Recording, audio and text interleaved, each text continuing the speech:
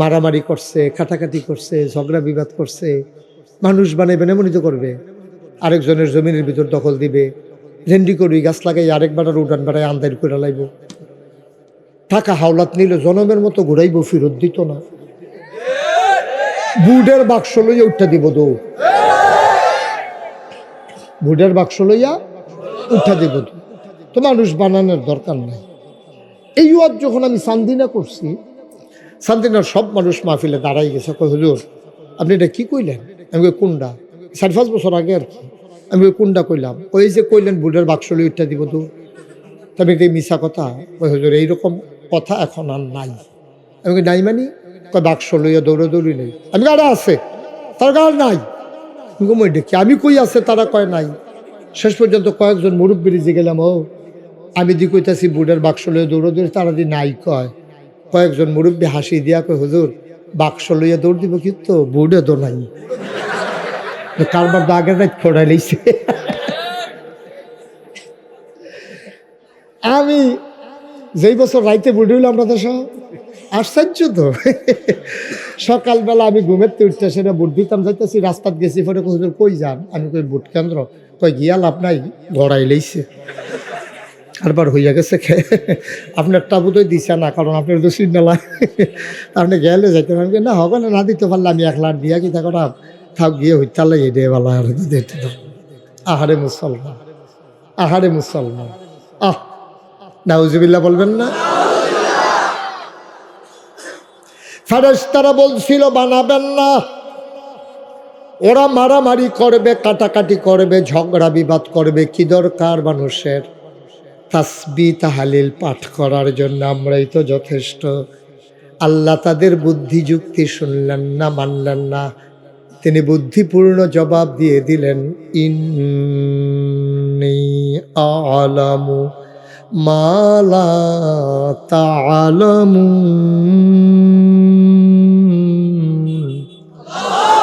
আমি যা জানি তোমরা তা জানো না।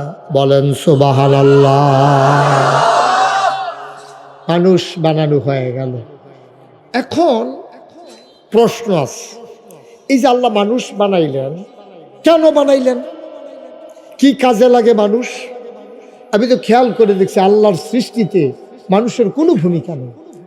এই যে পূর্ব দিকে সূর্য উঠে আস্তে আস্তে পশ্চিমে আসে, এই পূর্বের সূর্য পশ্চিমে নিতে কোনো মানুষের সাহায্য লাগে? কথা বলেন, লাগলে বলেন যে লাগে। লাগে? যে আপনাদের পাশে নদী কুলুকুলু বেগে বয়ে যায়, কোনো মানুষের সাহায্য লাগে? চতুর্দশী পূর্ণিমার চাঁদ আকাশে হাসে ফকফকা জ্যোৎস্না, কোনো মানুষের সাহায্য লাগে? মানুষ কেন বানাইছে এটা তো আল্লাহরে জিজ্ঞেস করা দরকার আছে কি? আপনি যখন একজন লোক আনেন, যখন একজন লেবার আনেন, ডেলি লেবার কাজ করার মানুষ আনলেই সে জিজ্ঞেস করে, ভাই ইকুটা বন্ধ করে দাও, ইকু বন্ধ করে দাও। আনলেই জিজ্ঞেস করে, ভাই আমার কাজটা কি? জিজ্ঞেস করে না কি করে না? আপনি লোক আনতে গেলেই জিজ্ঞেস করে, ভাই আমি কিন্তু এই ধান কাটতে পারি না, ধান নিতে পারি।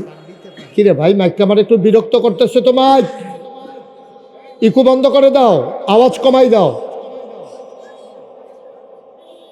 তুমি খেয়াল রাখো কোন দিকে সুবিধা, মানুষের আওয়াজটা যেন মধুর হয়, স্মুথ হয়, এত কড়কড়ি আওয়াজের দরকার নেই। মারহাবা বলেন, ফাইন, এই আওয়াজটা ঠিক। আর ধরবা না মাইকম্যানরে মাইকের কাছে রাখুন যাইব না, এটা হইল নিয়ম। সব সময় আমি মাইকম্যান ফিস মরা বান্ধিয়ে হতাইলেই, কারণ এটা গুতাগুতি করবই। আমি জিজ্ঞেসলাম কি তোরা এরকম করস কে? আউ হুতা মাহফিল রাইতে বেড়াইয়া না, ঘুমের ভিতরে বেড়াই বিলে নেতা করে অভ্যাস হয়ে গেছে। গেতেন ঠিকঠাক কইরা সারি আরেকটা লাড়া দেয়, ওই খাইচত্রা। তুমি কি মাইকমা তো হাজি বইয়া রয়েছে না সরাত মাইকম্যান হতাইলা? হ্যাঁ ঠিক আছে, মাইক ধরবেন না, আর এখন ভালো আছে, বিরক্ত করবেন না। তো যেই কথাটুকুন বলছিলাম, মানুষ বানানো হয়ে গেল, সুবহানাল্লাহ বলবেন না? এখন জিজ্ঞেস করা দরকার না মানুষ আমরা কি কাজে বানাইছেন আল্লাহ, এটা তো জিজ্ঞেস করা দরকার। তুমি যখন একজন ডেলি লেবার আনো, একদিনের জন্য যখন কাজে আনো, তোমারে জিজ্ঞেস করে আমার কাজটা কি? তুমি রিক্সায় উঠলে রিক্সাওয়ালা জিজ্ঞেস করে কোথায় যাব। বাসে যখন তুমি ঢাকা যেতে চাও তখন ঢাকার বাসে উঠো। মুসলমান, আল্লাহ যে মানুষ বানাইলেন আমাদের জানার দরকার আছে কেন বানাইলেন, দরকার আছে নাকি না? সামান্য একটা প্যান্ডেল করেছেন আপনারা, 3 সারিতে বাঁশ বসাইছেন, ধর্নার বাঁশ দিছেন, রশির বাদ দিছেন, সামিয়ানা টানাইছেন, এরপরে প্যান্ডেল হয়েছে। সামান্য একটা প্যান্ডেল, কত আয়োজন, কত বাদ, কত খুঁটি, কাপড় নিয়ে টানাটানি, তারপরে প্যান্ডেল হয়েছে। কোনোদিন খোলা আকাশের নিচে দাঁড়িয়ে তাকিয়ে দেখেছো নাকি? এত বড় বিশাল আকাশ আল্লাহ বানালেন, অথচ আকাশটা নাইতে আমার আল্লাহ একটাও খুঁটি লাগান নাই, ঠিক কিনা? আল্লাহ বিশ্রাইয়ে পান না আপনি? না, আল্লাহ খুঁজে পান না? সামান্য একটা কাপড় টাঙ্গাইছেন, কতগুলো খুঁটি, ধরনার বাঁশ, রশির বাদ, অথচ কত বিশাল আকাশ। তাকিয়ে থাকতে থাকতে চোখ বুজে আসে, আকাশের শেষ হয় না, দিক দিগন্তে ছড়িয়ে আছে আকাশ। এত বড় আকাশ বানালেন আল্লাহ, একটাও খুঁটি লাগান নাই। সুবহানাল্লাহ বলবেন না? আকাশ বানালেন খুঁটি ছাড়া, জমিন বানালেন তিনি সমতল করে।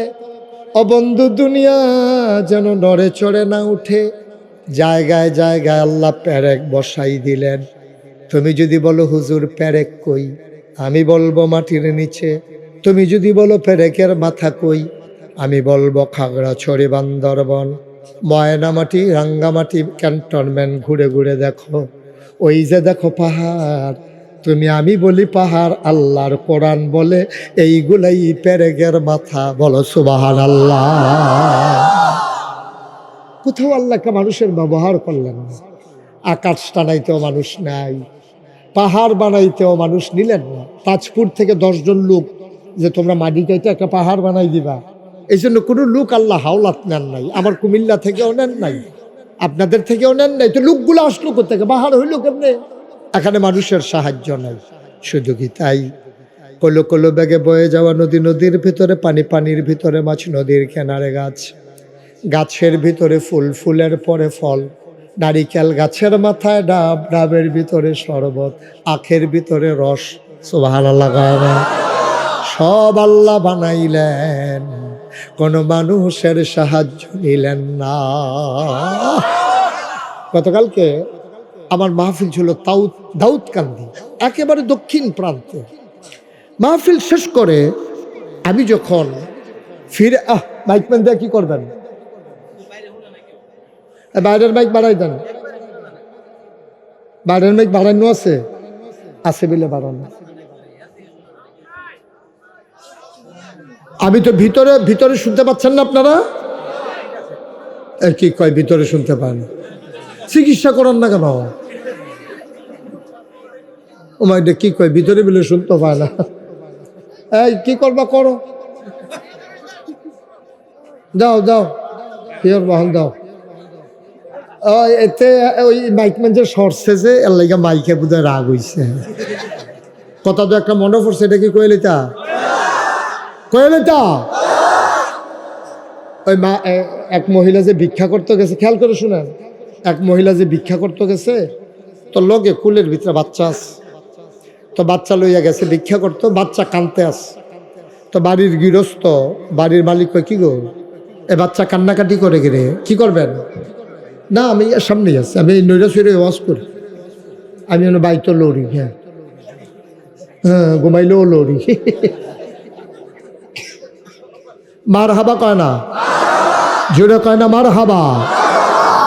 আমার লড়ার কারণে মাইকের আওয়াজ কম হয়, কারণ এই যে দিক সেদিক যাই যে বরাবর থাহন লাগে নিয়ম।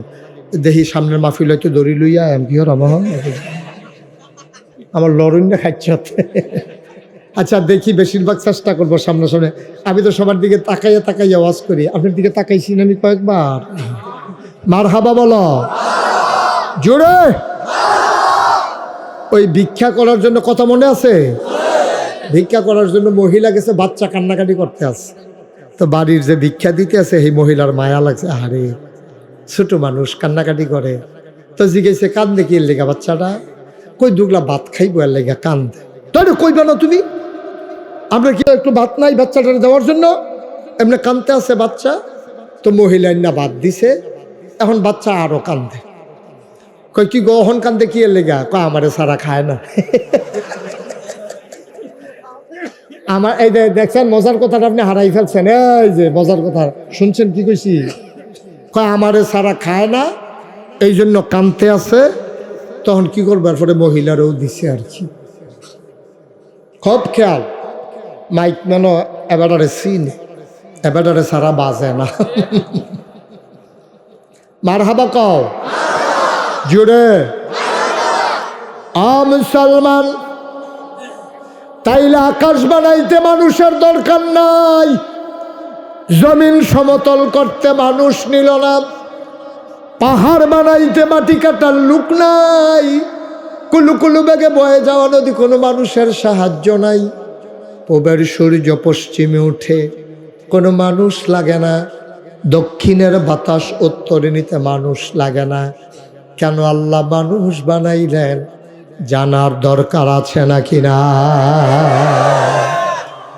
আমি একদিন আল্লাহর জিজ্ঞেস করছিলাম মাঝরাত মাহফিল শেষ করে আমি যখন কুমিল্লা বাসায় গেছি, আমার বাসা কুমিল্লা, তো বাসায় গিয়া মাঝরাত তো আমি দরজায় নক করেছি, মোবাইল দিয়ে আমি ফোন দেই।